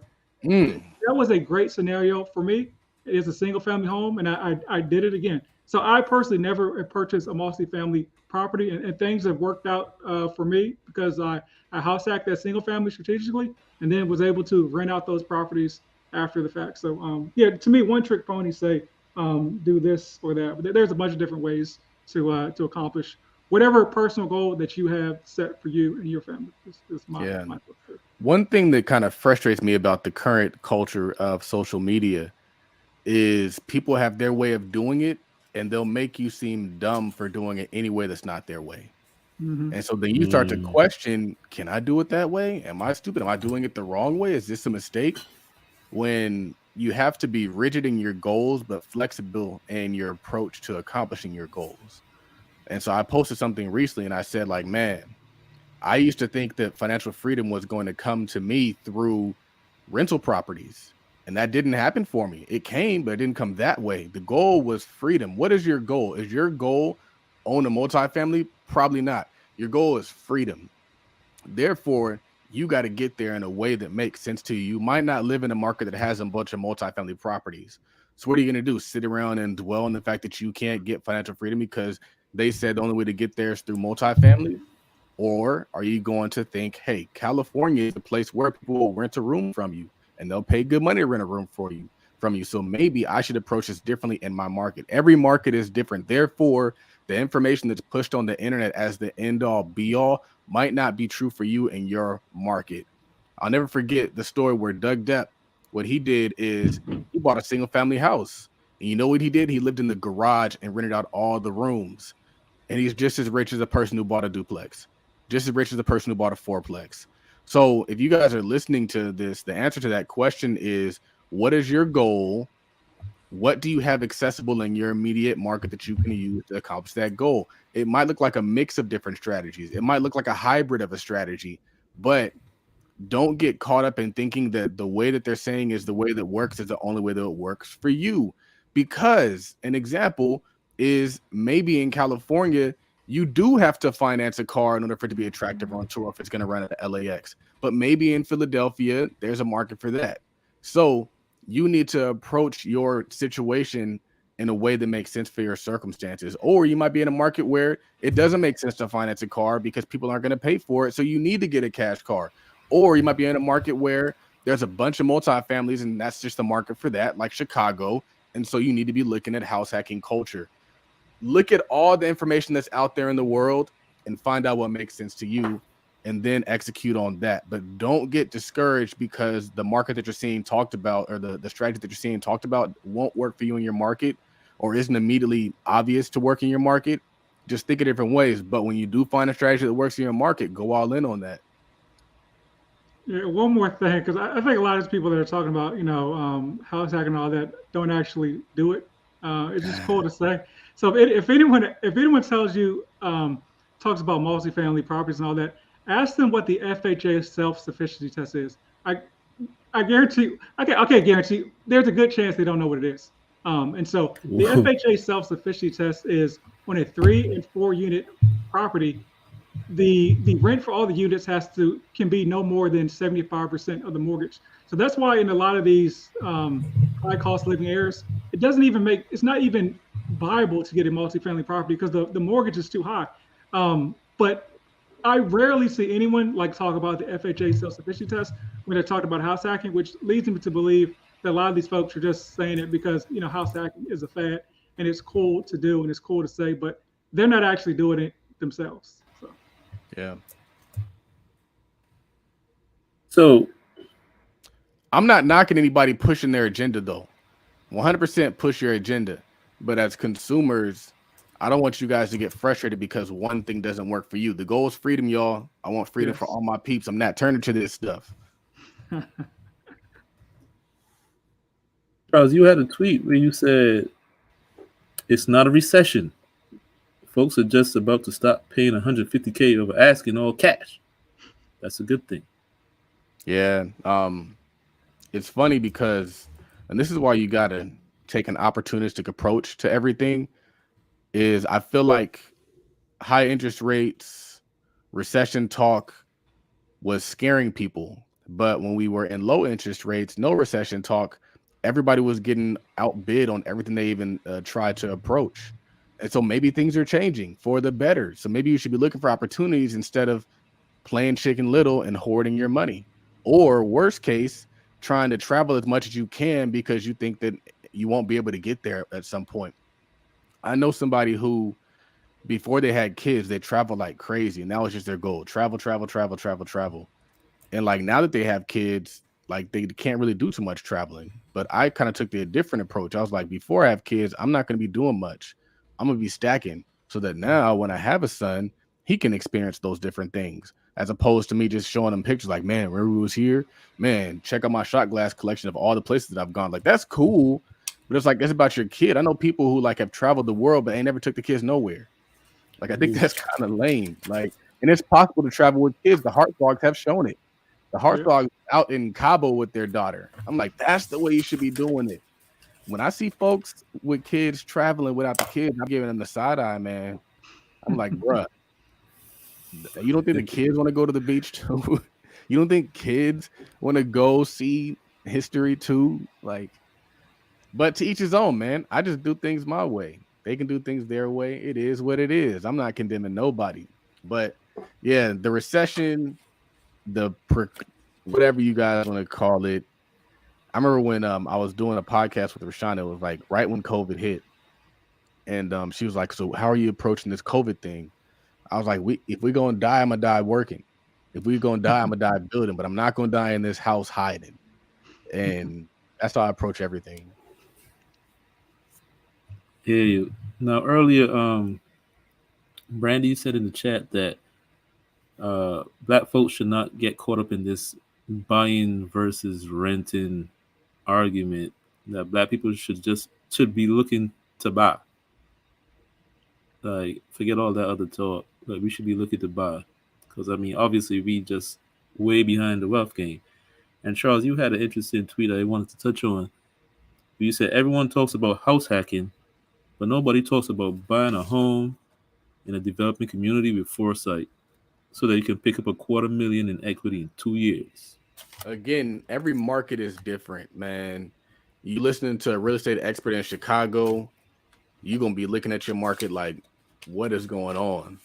You're listening to like, there's a reason, and I'm learning this. There's a reason why, in a lot of instances, like advisors are licensed on a state by state basis, because everything is different in that state. The laws are different in that state. The economy is different in that state. But social media gives us access to everybody in the world, so we're getting information from somebody in Atlanta's perspective about something that works in California.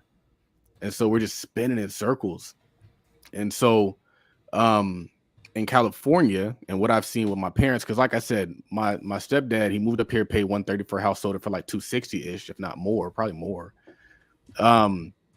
When he moved up here, there was nothing up here, Raphael. It was literally dirt.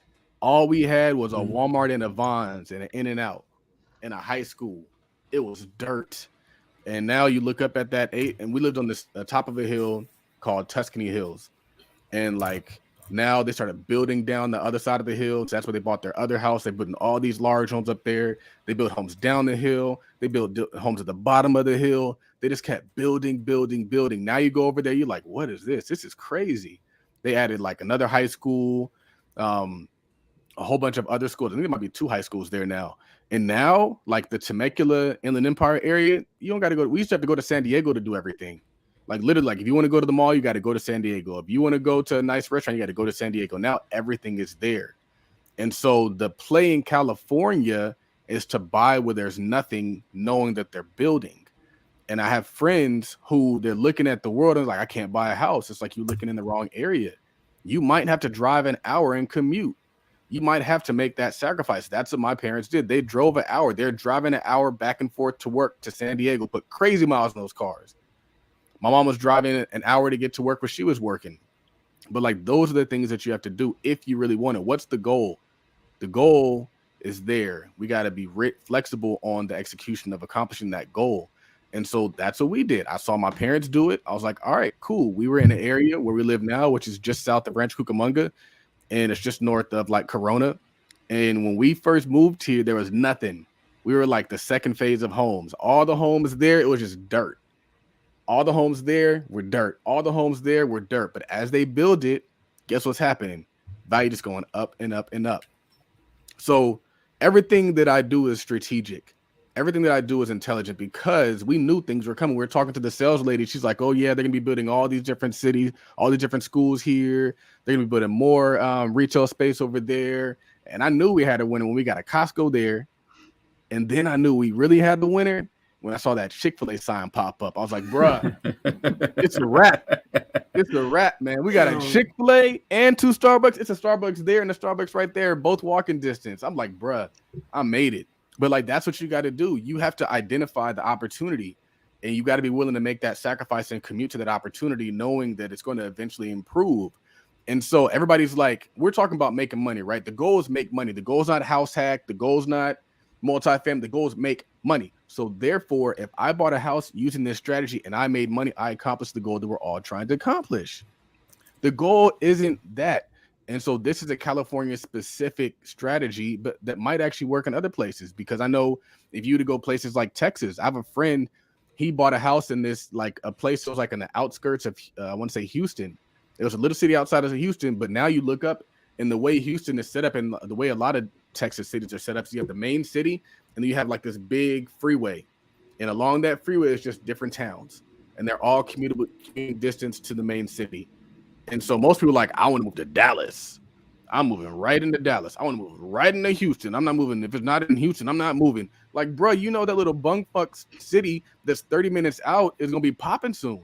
And you're still commutable distance. And so you got to be looking at commutable distance as well. You don't necessarily have to live right in that city. And if you are living right in the city, you're probably overpaying. You're probably going to be broke for a long time. You might get some appreciation, but that's the thing, is you gotta find the outskirts. Yeah. Big shout to my wife, because we kind of did the same thing. So like at the beginning, I said I live in Dallas. I actually live about 30, 40 minutes north of Dallas. So like when I bought this home, like similar to Charles, we were home number 22 in this community. There was nothing out here. I mean, we had to drive 20 minutes to get to a grocery store, and we paid probably.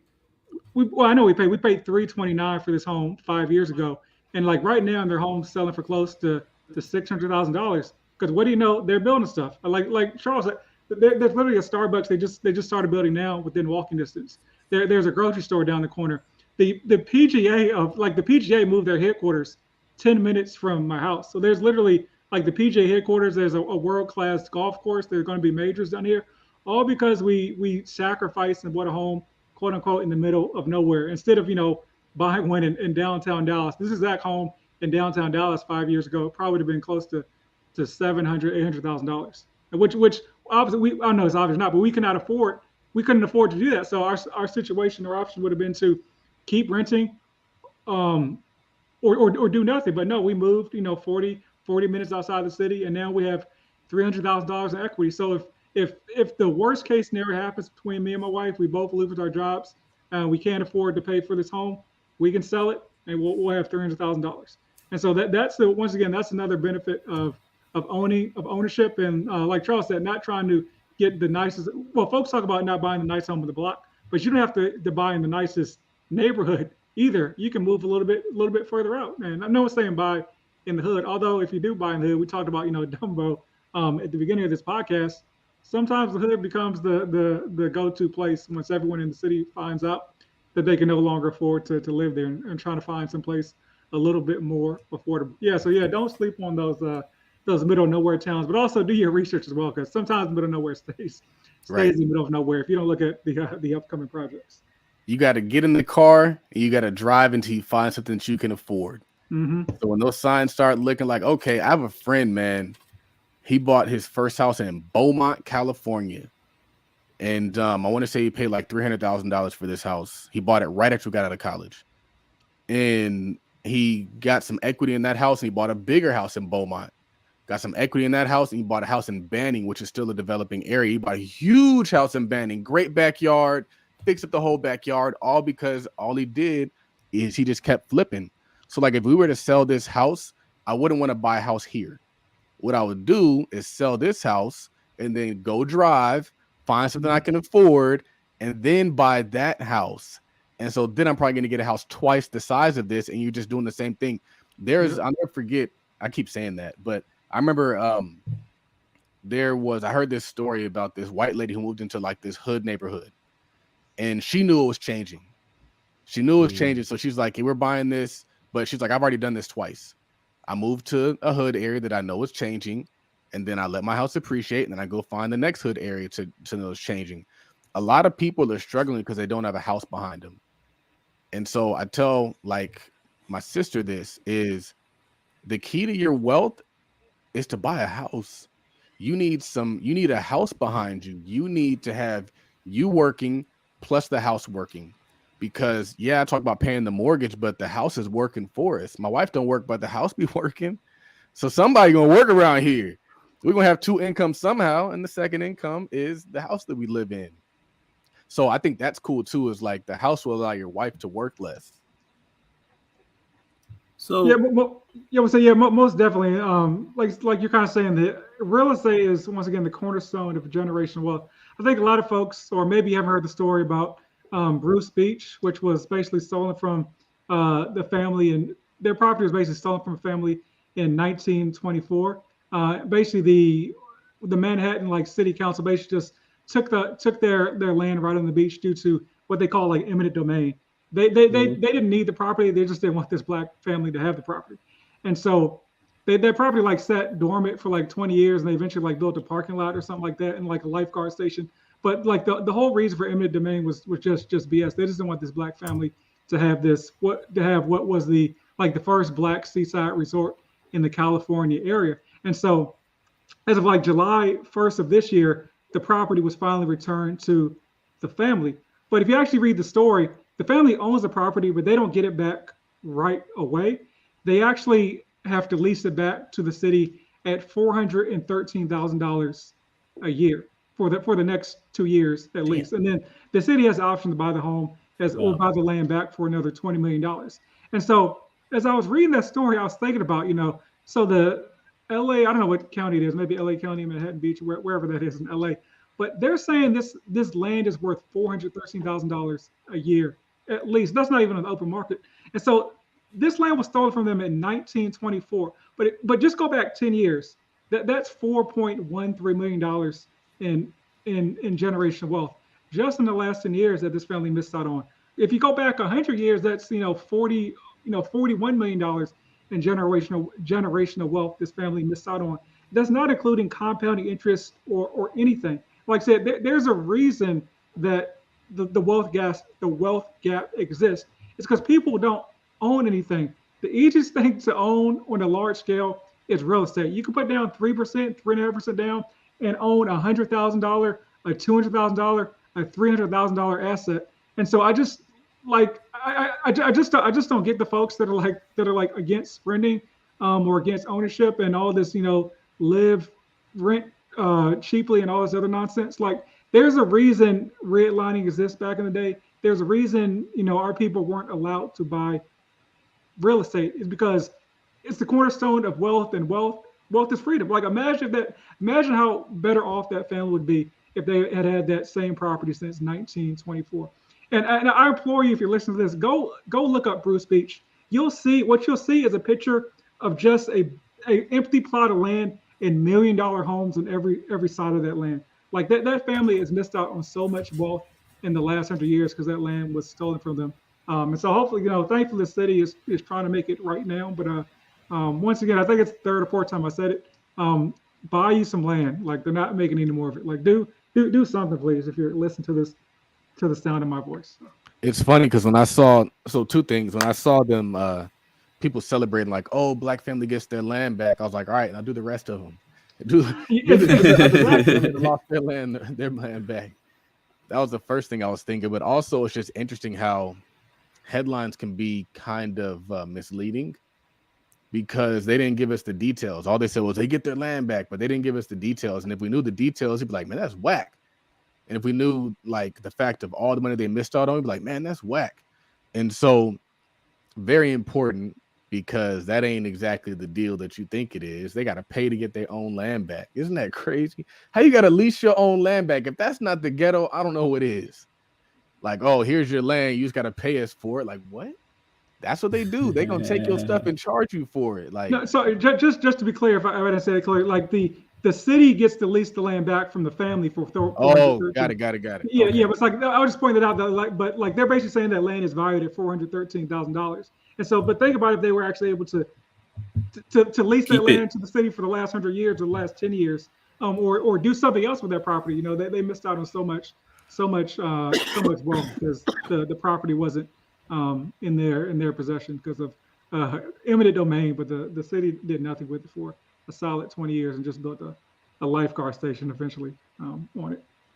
Well, we're gonna let Dave answer that one last question. Charles, we got time? I got a call like now. All right, so we're gonna wrap it up. The question says briefly, it says, with the equity built, how do you feel about refinance versus HELOC or purchase or rental? Just real quick, it really what makes sense for your specific scenario. So the benefit of a HELOC is that it doesn't impact your first mortgage. So you have a super low rate on your first mortgage, you probably want to get a HELOC because you don't want to mess with that first mortgage. So that resets the interest rate on the whole entire loan. Like the benefit of a HELOC is you can just use it like a credit card. And so if you get like $100,000 line of credit, in theory, you never have to use that line of credit, but until you actually need to use it. And so like just like with the credit card, if you only need $20,000 of it, you only get charged interest on that $20,000 part of the home equity. But it really matters like what your specific scenario is, whether a HELOC or a refi makes sense. A refi cost has a lot more fees. HELOCs are cheaper, a lot less fees, but the interest rate is a lot higher on a HELOC compared to a refinance. And so I'll shoot you a DM with a further breakdown. Cool.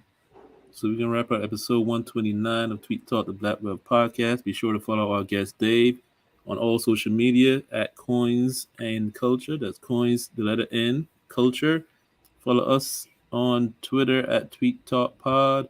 Follow Charles on Twitter at Real Todd Billion. Follow myself, Raphael, on Twitter at Work Money Life. Follow us on Instagram at Tweet Talk Podcast and at Todd.Capital. Episode 129 with our guest Dave and myself, Charles. Raphael. No, I'm not Charles. What's up, Raphael and Charles? We are out. Thank you. Appreciate y'all.